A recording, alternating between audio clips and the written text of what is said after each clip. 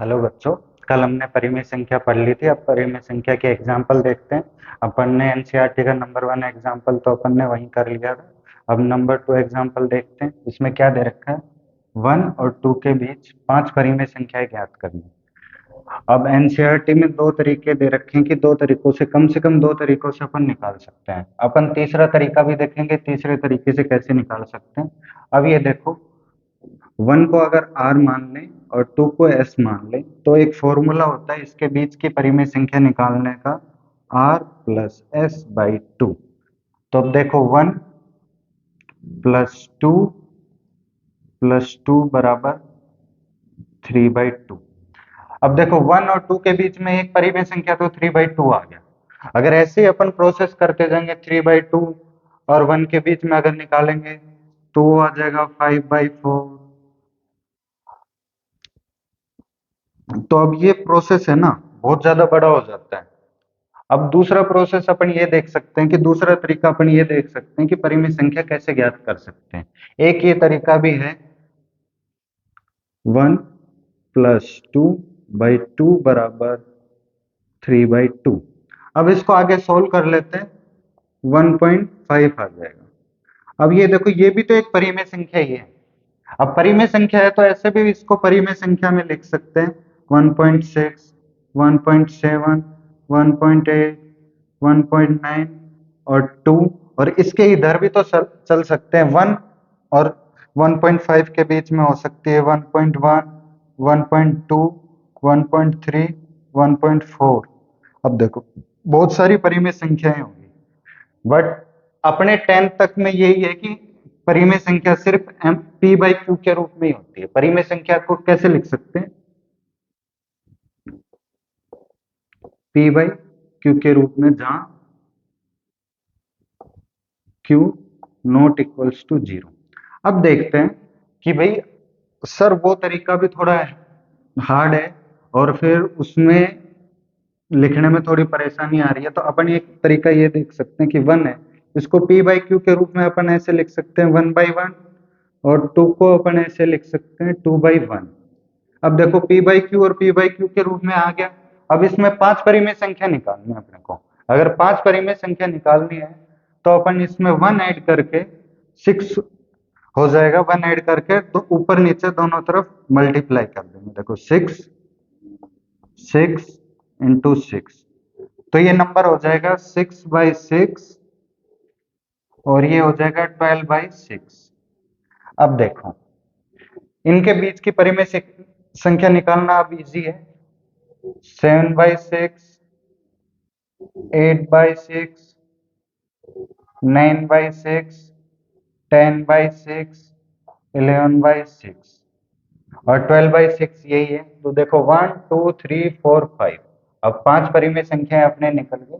तो ये तरीका इजी है। अब देखो, एक एग्जांपल और करके देखते हैं। अब एक्सरसाइज 1.1 में पहला क्वेश्चन दे रखा है, क्या जीरो एक परिमेय संख्या है? अगर परिमेय संख्या है तो क्या इसको पी बाई क्यू के रूप में लिख सकते हैं? और जहां P by Q, P and Q, क्या जीरो को पी बाई क्यू के रूप में लिख सकते हैं? और जहां पी और क्यू पूर्णांक संख्याएं हैं और Q not equals to zero. अब देखो, अपने पास परिमेय संख्या की कंडीशन क्या होती है कि परिमेय संख्या कैसे हो सकती है, पी बाई क्यू, जिसको पी बाई क्यू के रूप में लिख सकते हो और Q not equals to zero. अब देखो, पी की जगह अपन जीरो लिखते हैं, 0/1, 0/2, 0/3। तो ये देखो, ये परिमेय संख्या हो सकती है। परिमेय संख्या ना होने की कंडीशन सिर्फ जीरो, अगर नॉट जीरो, अगर क्यू की जगह अगर 0 1 की जगह जीरो रखते हैं तभी अगर ये परिमेय संख्या नहीं होगी, बाकी तो ये परिमेय संख्या ही होगी। अब देखो, अब नेक्स्ट क्वेश्चन देखते हैं।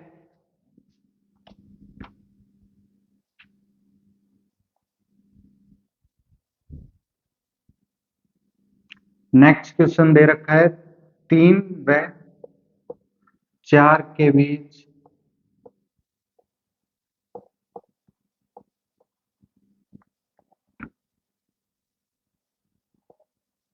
6 परिमेय संख्याएं ज्ञात करी।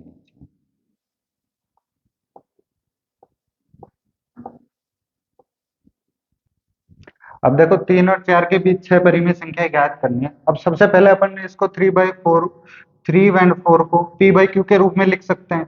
अब देखो 1 और यहाँ पे भी 1, अब ये p/q के रूप में होगी। अपने को 6 निकालनी है, 6 परिमेय संख्या निकालनी है, तो 1 प्लस करके अपन ऊपर नीचे इंटू कर देते हैं। देखो अगर 7 से ऊपर नीचे गुणा करते हैं तो ये इजी हो जाता है क्वेश्चन निकालना। अब देखिए 21/7 और ये 28/7। अब देखो इसके बीच की परिमेय संख्या इजी हो जाती है निकालना। 22/7, 23/7, 24/7, 25/7, 26/7 और 27/7। अब ये 7 परिमेय संख्या निकल 6 परिमेय संख्या इसके बीच की निकल चुकी। अब नेक्स्ट क्वेश्चन अपन ये देख सकते हैं कि सर 2 परिमेय संख्या दे रखी हो, उनके बीच 5 परिमेय संख्या निकालनी हो, जो नेक्स्ट एग्जाम्पल है। अब देखो एक क्वेश्चन दे रखा है, नेक्स्ट क्वेश्चन है 3/5 और 4/5 के बीच में 5 परिमेय संख्या निकालनी है। अब देखो इसके जो हर है वो इक्वल है, तो अपने को कुछ करने की जरूरत नहीं है। अब सीधा है ना 5 दे रखा है, +1 करके ऊपर नीचे गुणा कर देते हैं। देखो 3/5 इंटू 6 और ये 4 इंटू 6 एंड 5 इंटू 6। अब ये हो जाएगा 18/30 और ये हो जाएगा 24/30। अब इसके बीच में संख्या अपन लिख सकते हैं। देखो 19/30, 20/30,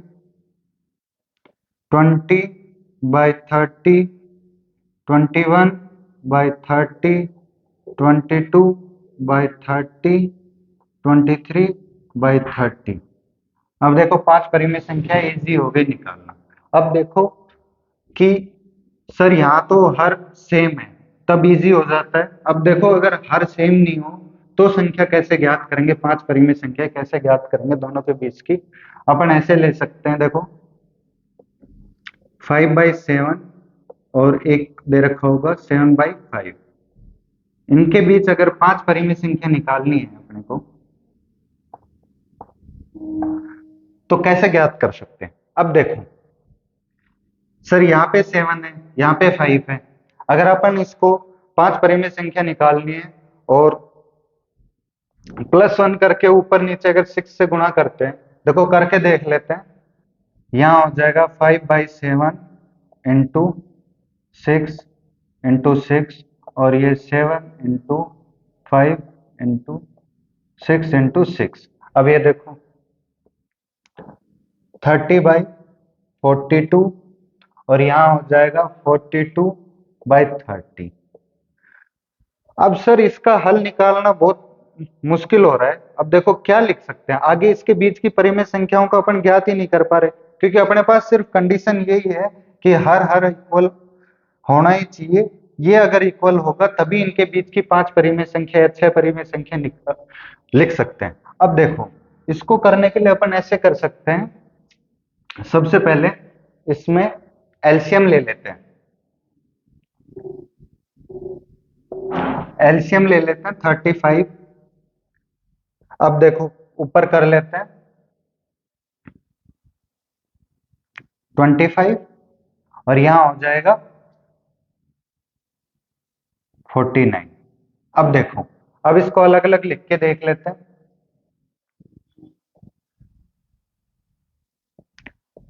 25, 35, 49, 35। अब देखो हर इक्वल हो गया। अगर अब इक्वल हो गया तो अब इसके बीच में संख्याएं निकालना इजी है। अब देखो 5 संख्याएं निकालने, 5 संख्याएं तो पहले ही निकाल सकते हैं, इनके बीच का डिफरेंस 5 संख्याओं से ज्यादा है, तो अपन ऐसे निकाल सकते हैं। देखो 26/35, 27/35, 28/35, 29/35 और 30/35। अब देखो 1 2 3 4 5, 5 परिमेय संख्या निकाल दी। अब ऐसे भी कोई भी संख्या दे रखी है उसके बीच में परिमेय संख्या निकालना हम देख सकते हैं। अब कुछ लैंग्वेज क्वेश्चन है, अब हम उनको समझेंगे कि क्या दे रखा है एक्सरसाइज के अंदर। कुछ स्टेटमेंट दे रखी है, स्टेटमेंट के अंदर हम देखते हैं क्या वो ट्रू है या फॉल्स है। अब स्टेटमेंट देखते हैं, पहली स्टेटमेंट क्या दे रखी है कि प्रत्येक प्राकृत संख्या एक पूर्ण संख्या होती है। अब ये क्या बोल रहा है कि प्रत्येक अब देखो कुछ स्टेटमेंट दे रखी है कि प्रत्येक प्राकृत संख्याएं एक पूर्ण संख्या होती है। ट्रू एंड फॉल्स पता करना है कि प्रत्येक प्राकृत संख्याएं क्या होती है। देखो 1 2 3 4 डॉट डॉट इनफाइनाइट तक। और होल नंबर क्या होता है, देखो 0 1 2 3 4 और इनफाइनाइट तक। अब देख सकते हैं कि क्या लिख रखा है कि प्रत्येक प्राकृत संख्या प्रत्येक नेचुरल नंबर एक पूर्ण संख्या है, होल नंबर है। तो हाँ है, क्योंकि देखो सिर्फ नेचुरल नंबर में तो क्या आता है 1 2 3 4, ये 1 2 3 4 हमेशा ही आएगा इसके अंदर, इसमें जीरो भी ऐड है इस वजह से, तो ये ट्रू हो जाएगा। अब देखो प्रत्येक एक पूर्ण संख्या होती क्या, इंटीजर नंबर क्या होल नंबर हो सकता है। इंटीजर क्या होता है, इंटीजर को हम देख सकते हैं कि -3 -2 -1 0 1 2 3।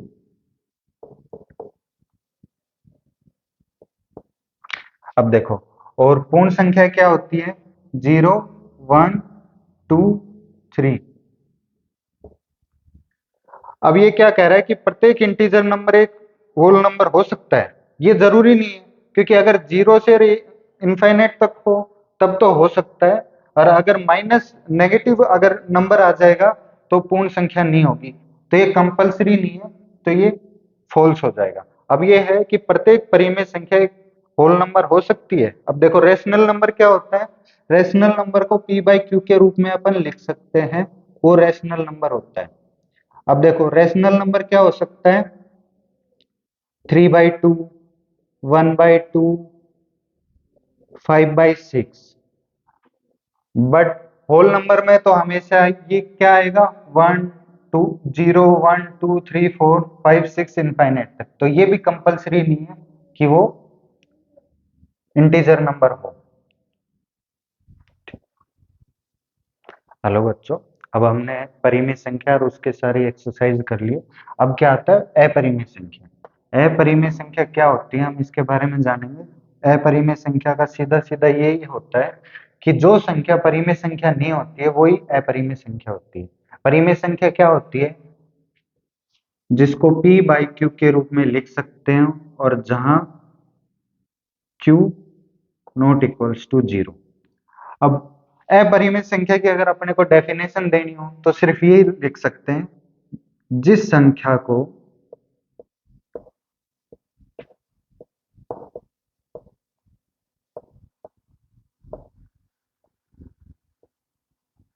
हम p बाई क्यू के रूप में नहीं लिख सकते,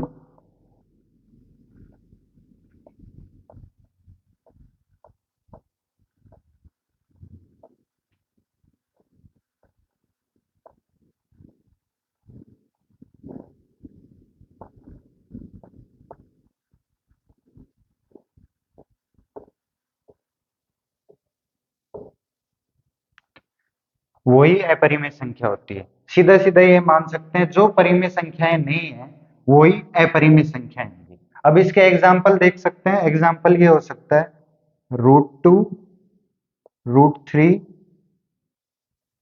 √5, और पाई भी एक अपरिमेय संख्या है। और एक एग्जाम्पल ये ले सकते हैं 0.11101 111011101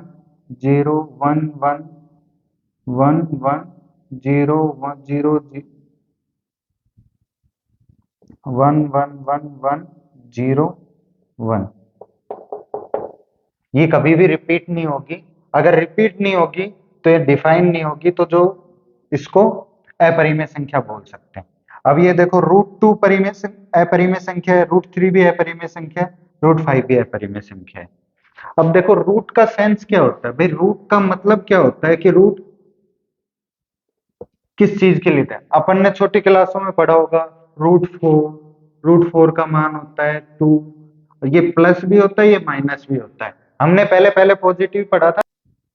अब जैसे √4 है, √4 की वैल्यू होगी ओनली 2 ही होगी, +2 में ही आएगा, नेगेटिव में नहीं आएगा।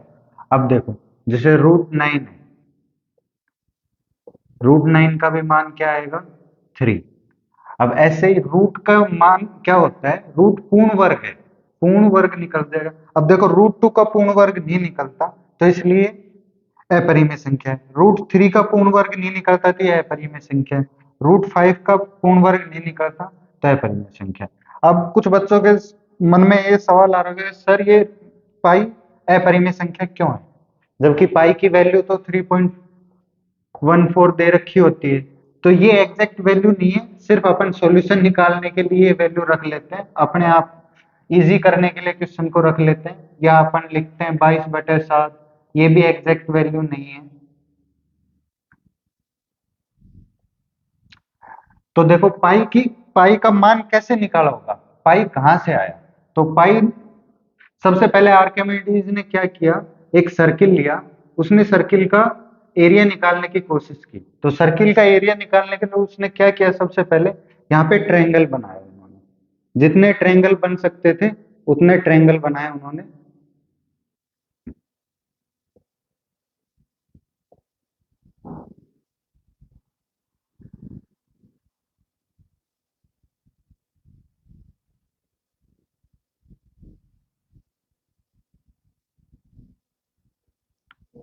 अब देखो, अब अगर इस लाइन पे भी एक ट्रायंगल बन सकता है, जितनी भी लाइन होती जाएंगी उतने ट्रायंगल बनते जाएंगे, पर उन्होंने क्या देखा कि जितनी भी अगर ट्रायंगल बनाते हैं मिनिमम टू मिनिमम एक स्पेस बच जाता है, थोड़ा बहुत स्पेस बच जाता है, जिसको उन्होंने पाई से डिनोट किया। अब पाई की वैल्यू उन्होंने कैसे निकाली, इस सर्किल का एरिया, वर्त का क्षेत्रफल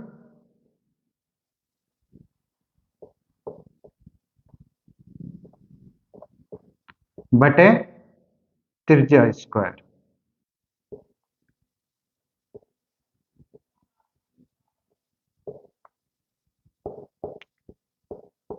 इससे पाई की वैल्यू निकाली, और आज तक कम से कम 200 नंबर्स तक पाई की वैल्यू निकल चुकी है, अभी भी एग्जैक्ट नंबर रिपीटेबल नहीं हुआ है, तो अपन पाई को अपरिमेय संख्या में लेते हैं। अब देखो जैसे क्या होता है, पाई की वैल्यू क्या होती है एग्जैक्ट, ये देख सकते हैं, पाई 3.1415 डॉट डॉट डॉट, अगर 200 नंबर तक भी आगे अगर लिख लेते हैं तो रिपीटेबल नहीं है।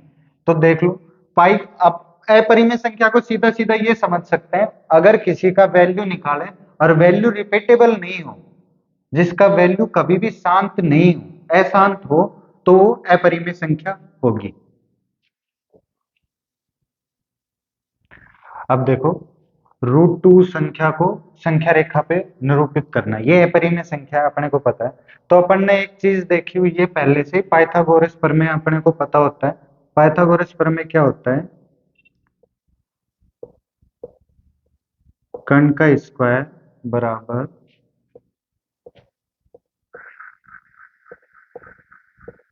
आधार का स्क्वायर प्लस लंब का स्क्वायर। अब देखो इससे अपन √2 की वैल्यू ज्ञात कर सकते हैं। अपन देखो एक ट्रायंगल के अंदर अगर एक ट्रायंगल दे रखा हो जिसका आधार 1 सेंटीमीटर हो, और अगर उस पे 1 सेंटीमीटर लंबा लंब खींच देते हैं, अगर इस दोनों संख्याओं को मिलाते हैं तो ये देखो ये 1 हो गया, ये 1 हो गया। अब देखो ये ट्रायंगल है, ट्रायंगल में अगर 90 डिग्री वैल्यू होती है तो पाइथागोरस प्रमेय निकल लग जाती है, तो पाइथागोरस प्रमेय अगर लग जाती है तो अगर अपन देखते हैं अब इसमें क्या होगा, देखो ये कर लेते हैं ए बी और सी। अब देखो ए बी कितना है, A B square plus B C square बराबर A C square.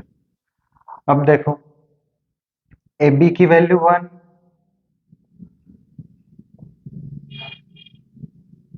B C की वैल्यू 1 और अपने को ए सी की वैल्यू ज्ञात करनी है।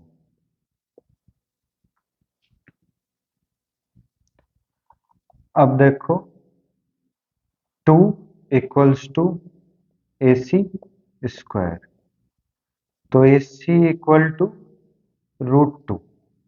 अब हमने देखा कि ये √2 वैल्यू होती है, इसकी √2 वैल्यू होती है। अगर इसी तरीके से अपन अगर एक संख्या रेखा लेते हैं और संख्या रेखा पे अगर इसको डिनोट करने की कोशिश करते हैं तो कैसे करेंगे अपन संख्या रेखा पे √2 की वैल्यू कैसे निकालेंगे। यहाँ पे अपन ने 0 ले लिया, यहाँ पे 1, यहाँ पे 2 और यहाँ पे 3, यहाँ -1, -2 और -3। अब देखो कि अगर अपन 0 से 1 तक अगर 1 सेंटीमीटर की रेखा आधार खींच लेते हैं और जिसको ए बी लिख लेते हैं अपन, अगर अपन इसको ए बी मान लें, ए और बी मान लें और इस पे 90 डिग्री की बीसी पे 1 सेंटीमीटर की अगर लाइन खींचते हैं, 1 सेंटीमीटर की लाइन खींचते हैं, तो अगर इसको बी सी और ए को मिलाते हैं तो इसकी वैल्यू √2 ही तो होगी, इसकी वैल्यू √2 ही तो होगी। अब देखो अब अपने को संख्या रेखा पे अगर प्रदर्शित करना है, अपन प्रकार लेंगे और प्रकार से इसकी और इसकी लंबाई जितना अपन चाप खोल लेंगे और अब चाप खोल के और इसको नंबर लाइन पे कट कर देंगे।